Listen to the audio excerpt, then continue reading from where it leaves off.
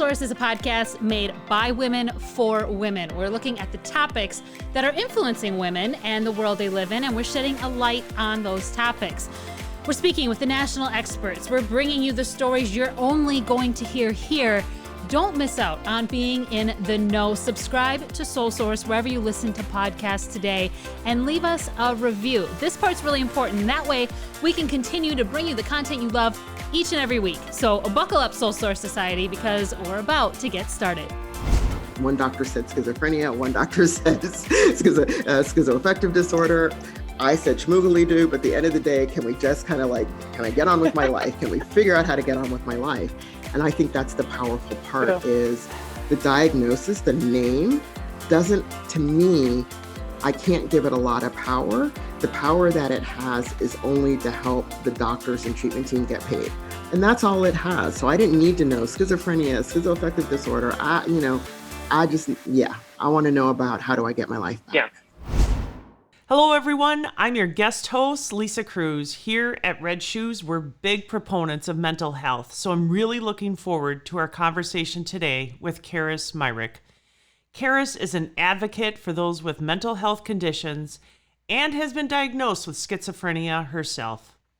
She shared her personal story of an interaction with police during a mental health crisis in front of a Senate committee, and it happens to involve a pair of red shoes. Her story is raw and emotional to hear.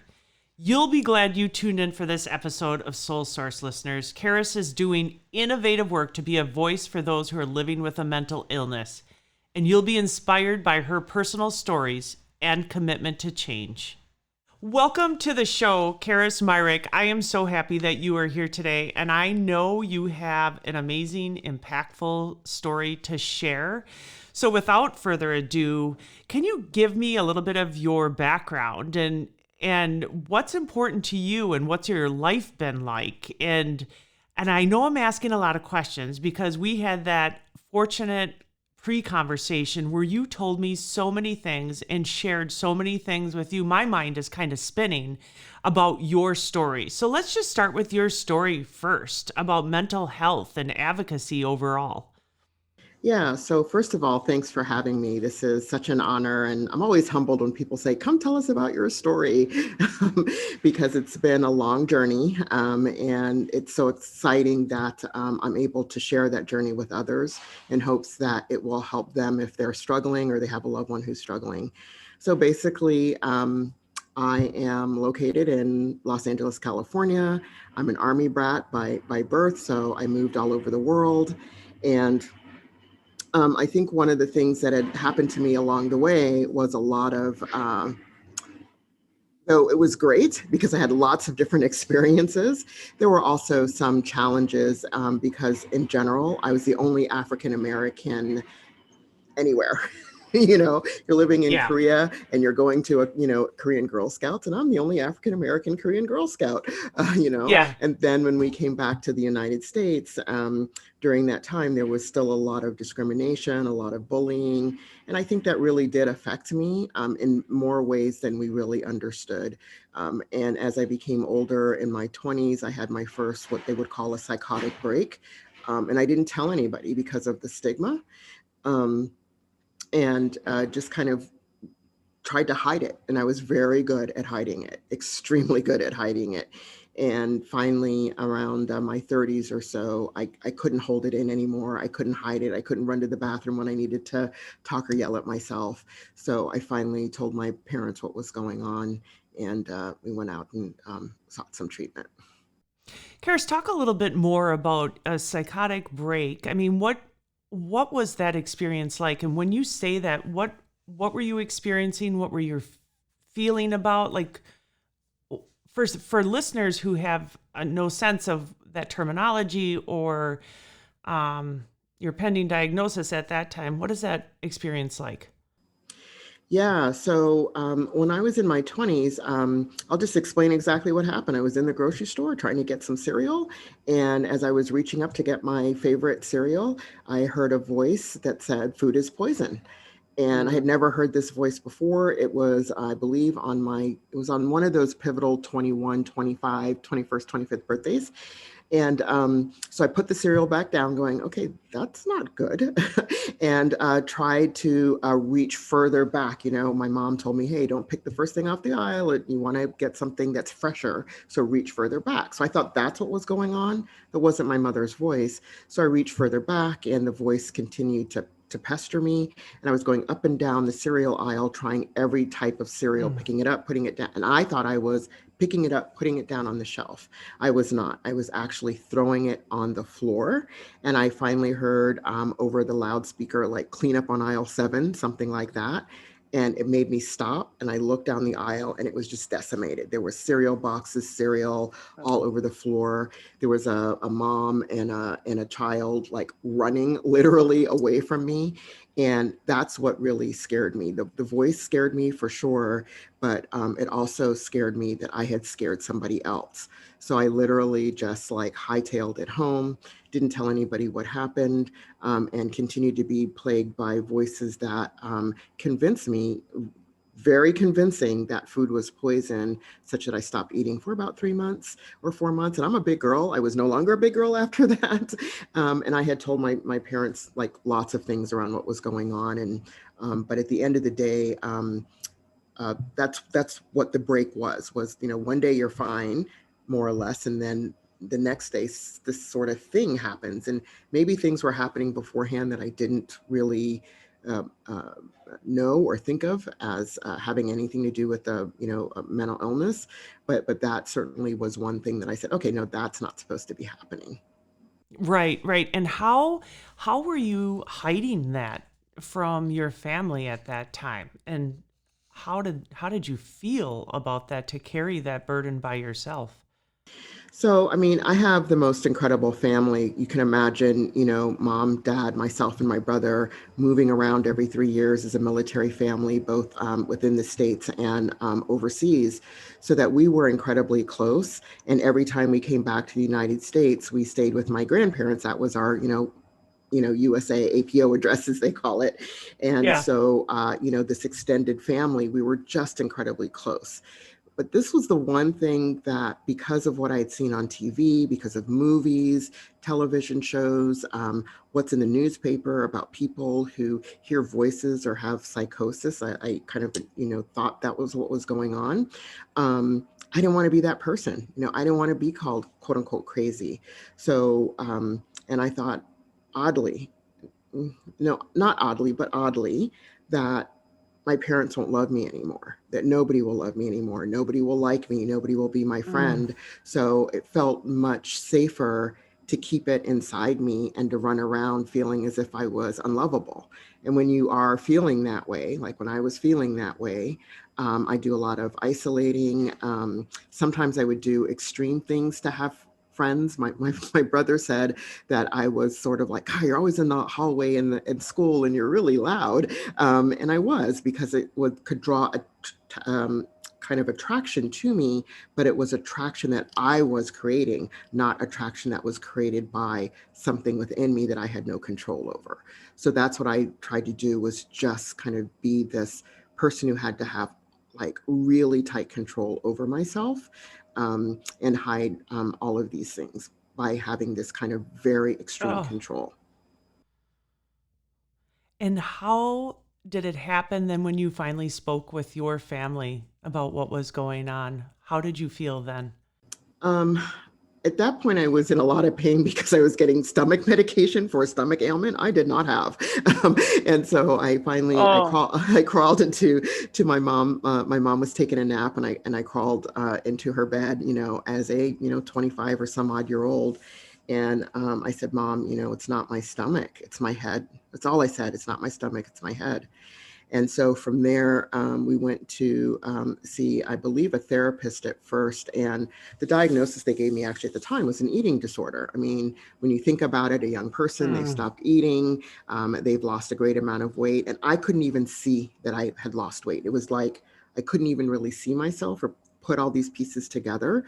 But I had clearly lost a lot of weight. And so the first diagnosis was an anxiety disorder and eating disorder. And it wasn't until much later into my 30s or or even a little bit later than that, when I had a psychiatric hospitalization, that I finally said exactly what was going on. Like, I had been hinting around it, and then finally it was like, okay, I can't do this anymore. I have to trust this doctor enough to kind of say exactly what's going on. Yeah. Yeah, and talk about that. So once you were diagnosed and your experience then working with a team of providers, what worked and what didn't work with that experience? Yeah, I mean, I think the most powerful thing was finding somebody who was a good fit for me and I was a good fit for them. And that meant a person who I could have ultimate trust in. And that takes time. I think a lot of times, when you're going to a psychiatrist or a therapist, the pictures are you're laying on a couch and you're like spilling your guts. Okay, whether you're laying on a couch and spilling your guts or sitting in a chair, it doesn't matter. The reality is you're telling people things that are the most intimate about you, that can also be embarrassing.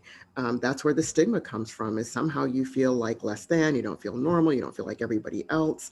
And there are things that are out of your control.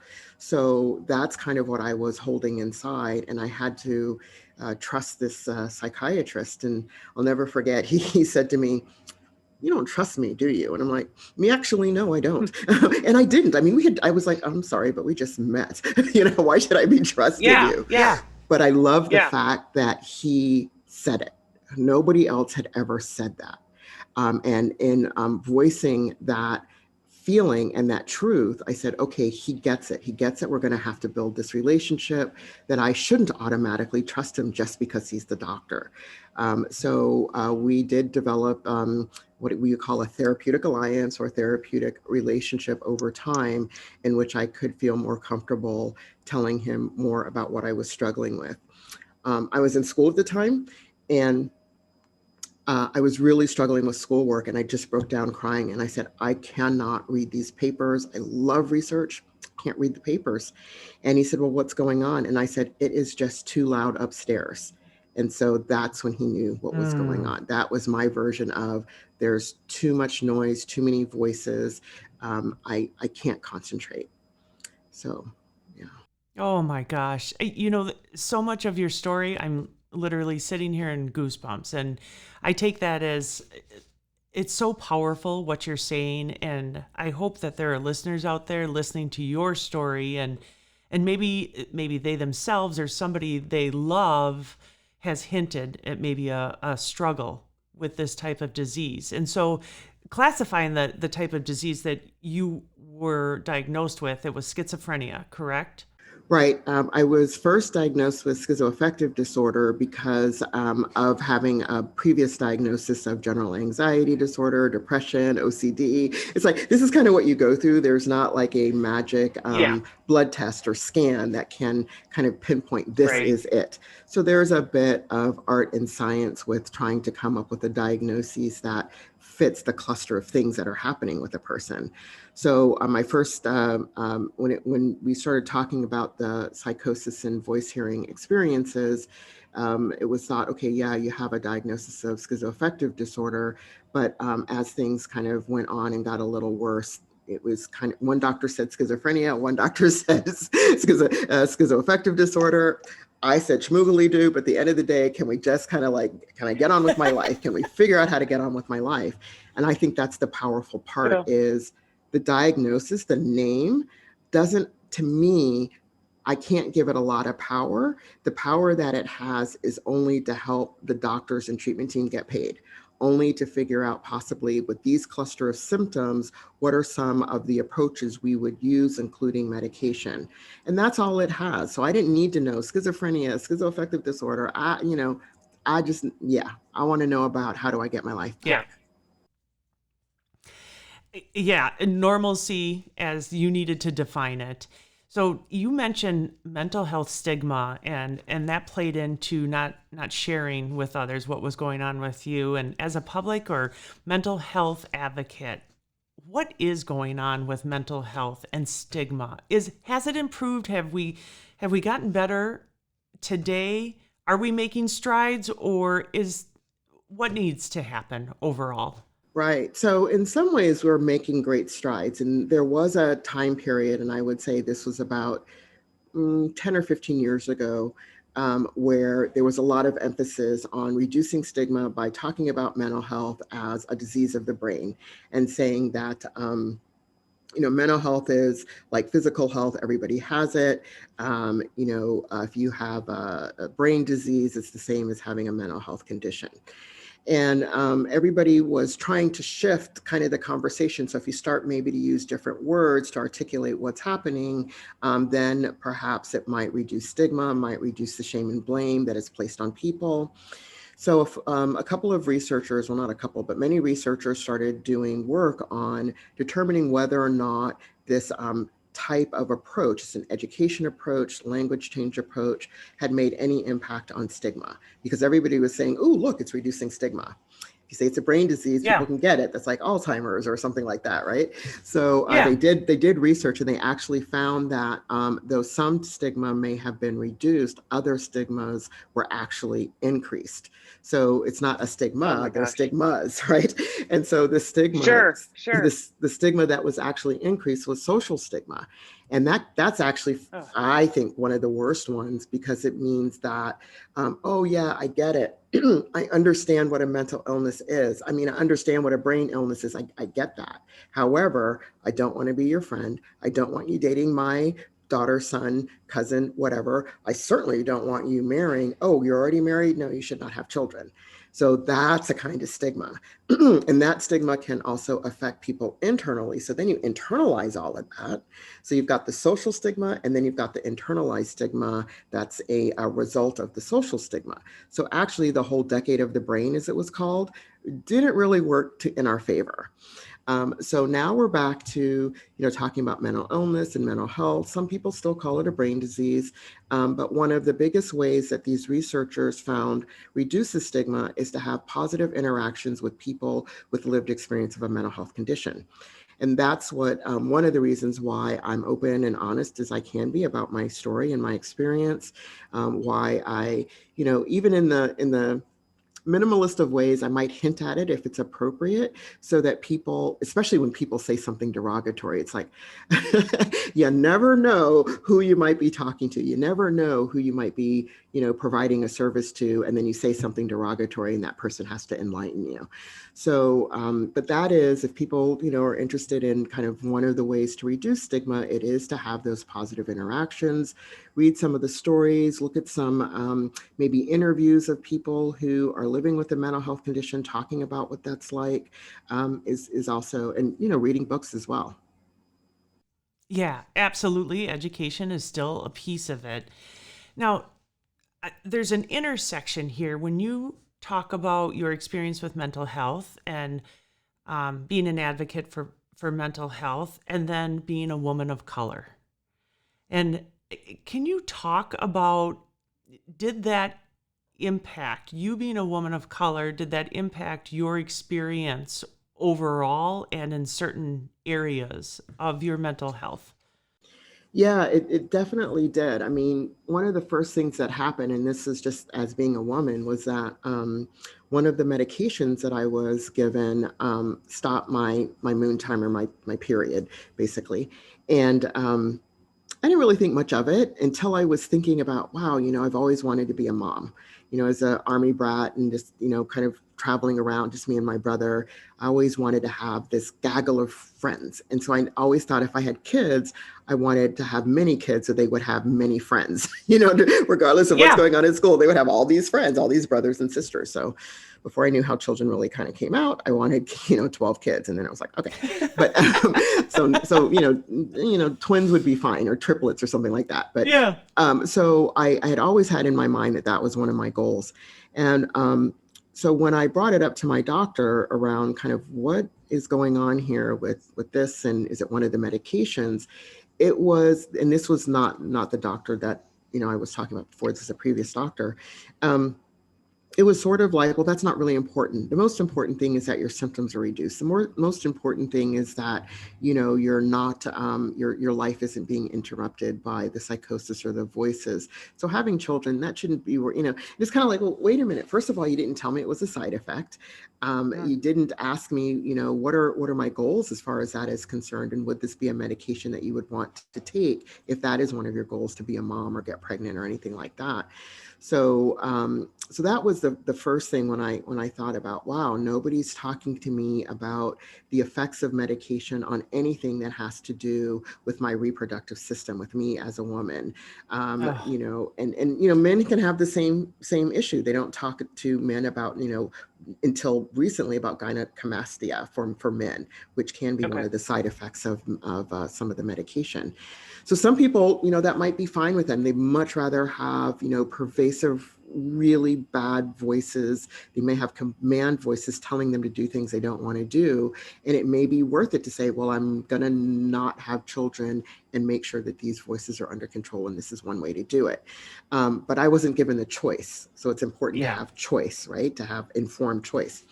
The second piece is, as an African American and as a woman, I would look at some of the research and say, well, what is some of the effects of what we're doing on people of color? Do we know they're not highly representative in the samples? And we talk about evidence-based practices, and I want to know, well, who was the evidence based off of? And do those people look like me? Do they have lives like me? What of what I'm experiencing sometimes is based on, like I said, I grew up and there was a lot of bullying, and bullying because I was a person of color in a majority, white or other places, that, there's some trauma built in there. So again, how do we understand the role of being a woman, and being a person of color, and trauma that can ensue from racism and sexism that affects one's mental health and well-being. So that's part of it. And then also, if there are interactions with police, which do happen, especially if it is within a local jurisdiction's regulations, to have police as first responders for people who are in crisis due to a mental health condition. That to me, and it has happened to me, is probably one of the scariest things, because you're at your worst, you're at your most vulnerable. Supposedly somebody's coming to help you, but when it's a police officer, even a police officer with training, it's still this moment of, am I going to make it out of here alive? Are people going to understand kind of like how I'm envisioning what happened in my life, in America in the 60s, and seeing police with dogs and fire hoses on Black men and women, and what we know today is happening with, again, sort of, Black men and women in policing. Yet this is supposed to be a health condition. Everybody says this is a health condition like any other. Then why isn't it treated like any other?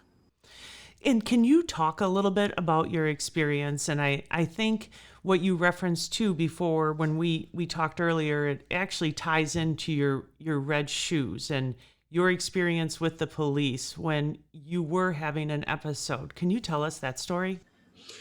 Yeah, so I was having an episode, and my psychiatrist was aware. So he said, I'm going to send somebody to do a welfare check and to check in on you. And he didn't say who the somebody was, which is, maybe that's just how people do it. I don't know. But yeah. So in my mind, I thought, oh, an ambulance is going to come. If you are not healthy and well, an ambulance is going to come. And he did say, that makes sense. He said, I think you need to be hospitalized, is actually part of what he said.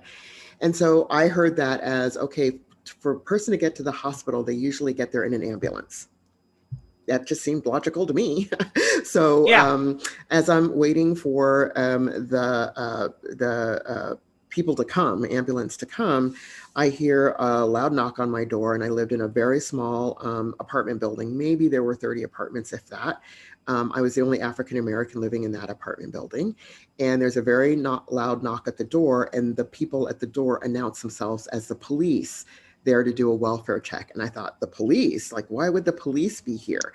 And it's loud. It's not like, hello, Miss Myrick, right? Please. It's like, police, it's like, oh, they're rapping on the door. I mean, it's like, do they have a butt of a gun? Are they knocking with their hand? Like, I don't know what's going on. Yeah. And and now kind of put that in the mind and body of a person who is already has to always do this reality checking. And so I'm trying to like check reality, and I'm also thinking, am I should I let them in, should I not let them in? So the more they yell they're the police, the more I think you best let them in, because your neighbors may be thinking, well, what kind of criminal is across the hall from us, kind of doing that Mm. stereotypical Black thing. So I just opened the door and I said, get in here. I'll never forget. I was like, get in here. But they came in and thought indeed that I did need some help, that I was probably a danger to myself, and said, you need to come with us. And they handcuffed me. And I asked, could they handcuff me behind my back? Because if I have to walk out in front of my neighbors, if they are looking through their doors or windows or whatever, I, again, didn't want to be embarrassed. And they said, no, you have to be handcuffed in front. And I said, well, can we put like a coat, drape over it? Oh No. my gosh. Yeah, so I basically was, taken and put in the back of a police car. I've never been handcuffed. I've never been in the back of a police car. And I was taken to the police station, where I was taken out of the car, brought into the station, and then handcuffed to a chair, so that I wouldn't, dash. So I'm handcuffed to a chair, and um, a few other police officers are talking to an African American young man who is either strapped or handcuffed. I can't quite remember because it was dark looking into the room, to a table. And one of them is on the phone with his grandfather saying, your grandson is here. We have his gun. You need to come and help us understand why he has your gun. And I look at the table, and on the table is a gun secured in a gun box. Now, I've never seen a gun before. My father's in the military, but he probably secured all that stuff. I never saw Yeah. one. And the whole time I'm thinking, what the hell, if I'm allowed to say, am I doing Absolutely. here? What am I doing here? They said I'm sick. They said I need help. They said I need to go to the hospital. Yet here I sit in a chair, handcuffed. So finally, the police, and maybe it was because they had to take care of this guy. I don't care what it was for. It's irrelevant to me at the time. And it was just all oxymoronic to me. So they took me back in the police car and took me to the hospital. Oh. And while at the hospital, they were still there. A nurse came up, did not introduce herself to me, and said, I need to take your temperature. And I said, no, thank you.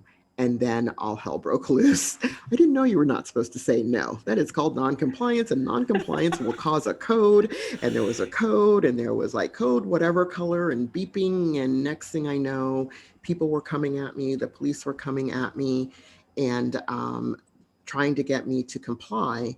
And I just remember being on the floor, just kind of like, writhing around, because they were trying to hold me down and my legs were kicking. And one of the police officers said, take her shoes. Her shoes are a weapon.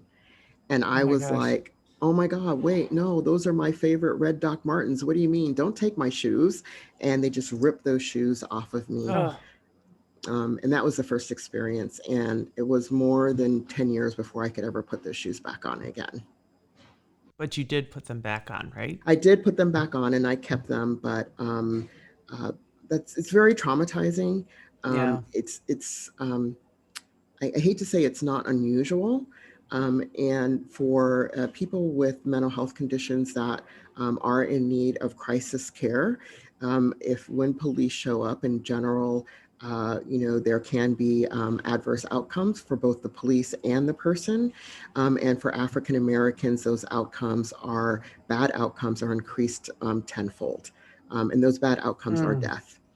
And not too many years after that happened to me, a young African American woman was also taken to a police station after somebody called to have her checked on because she was having a crisis that appeared, and she was known to the police as having bipolar disorder, and she didn't make it. She didn't Oh my make it. gosh. That is terrible. So talk about your advocacy and what are you trying to change today?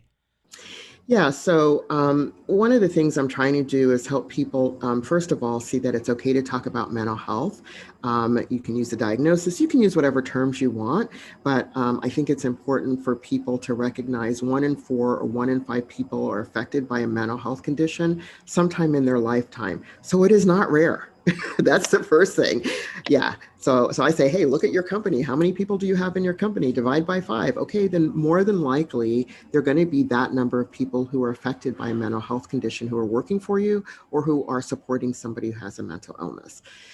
So secondarily, to put a face and a story that's real for people around what it's like to live with a mental health condition, what it's like to go through the icky times, and also what it's like to go through maybe some of the treatment and that people can and do get better.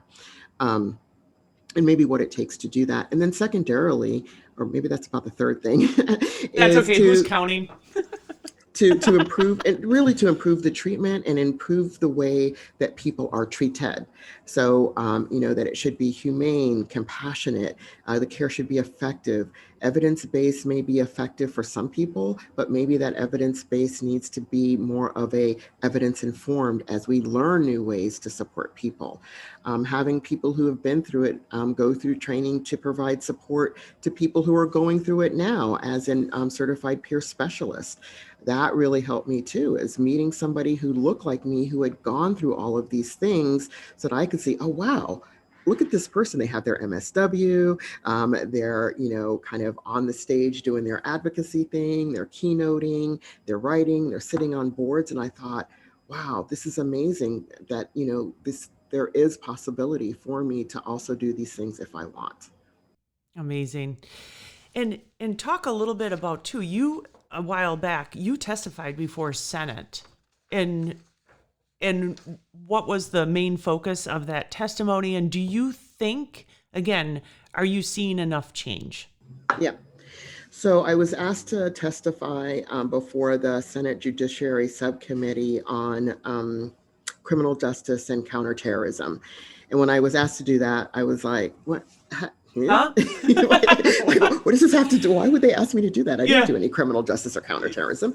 But the Yeah. reality is that Senator Cory Booker is the new chair of that subcommittee. He's the first African American chair of that subcommittee. And that subcommittee has oversight, if you will, or can set policies and guidance at the federal level around policing. Sure. And he wanted that first subcommittee of his session to be on the intersection of behavioral health, policing, and racial justice. And I thought, well, okay, then now I get it and I can do that. You got the right woman. You got the right person. So he did ask me to share a little bit about my personal story, which I've just shared with you all, around interaction with the police, and then some recommendations around things that we could be doing that would be the appropriate response or a better response to people who are in crisis. I've recently worked on my job on a report, well, 2 reports. One is with the Fountain House, Hayward Burns Institute, and so it's a report called From Harm to Health, Centering Lived Experience and Racial Justice on crisis care response, and then another similar report done by the Group for Advancing Psychiatry on the roadmap to creating crisis care systems. So I talked about those 2 reports as primarily the importance of including lived experience. Why would we create or recreate or recreate systems without talking to the people who are affected by those systems to find out what works and what doesn't work? Exactly. So couldn't agree more. Yeah, so all of this reform, I really spoke to the importance of reform efforts involving people with lived experience who have had mental health crisis and different types of response to inform the reform that may happen at the federal level, state level, or local level, especially around the new, there's a lot of legislation going on around mental health crisis reform, policing, and also suicide and suicide prevention with the National Suicide Prevention Lifeline. Their new number will be, hopefully July, I believe 2022, 988. Easy number to remember because right now I have to look at the number to tell you what it is, right? So, I mean, I can tell you what it is. It's 1-800-273-TALK, 8255. It's important for people to know what it is, but it'll be easier for the public in general. Wow, if somebody's in crisis, I can dial 988. Amazing. So I told my personal story yeah, it's very powerful. Yeah. That must have been a powerful experience. And you've said so many things today, and I literally could make this like a 2-hour podcast because I'm a big believer in people sharing their stories, exactly what you're doing here today. And to your point, like just take a look around. If you think mental health challenges and diseases and schizophrenia is for other people, it is most likely right next to you, somebody you know and love. It might be yourself. And I just want to make sure that people and those listening understand, like, get help if you need it. If something doesn't feel right, find a person you trust and have that conversation. And I understand and know that's a really vulnerable place to be. You know, who wants to admit something's wrong? Because then you need to rely on others to help you get to that good place. But vulnerability is okay. If you have people that you trust, it's okay to be vulnerable. So, you know, just wrapping up this conversation, and I encourage you to come back and bug us at any point if there's more you want to say, because I have a feeling we're going to come back at you as well. Mental health has really been an ongoing conversation for us at Red Shoes. We're very open about challenges and what's going on, that sort of thing. If you leave our listeners with 1 or 2 things you want to make sure you get across today, what are those 1 or 2 things, Keris? Yeah, I think the most important thing, as you said, is trying to reach out to somebody when you're even questioning, wow, is this going on with me? If you're afraid to tell your parents or your friends or a teacher or a doctor, you know, one of the places I could think of is, you know, looking up, you know, a peer specialist, looking up peer support, because peers have been there. What's to be embarrassed about? We have been there. We get it. We know it. And so that might be at least a first start in saying, okay, I can talk to somebody who maybe has been there, and that person might come with me to talk to my parents or come with me to talk to the provider. So it's like shoring you up, just giving a little bit extra.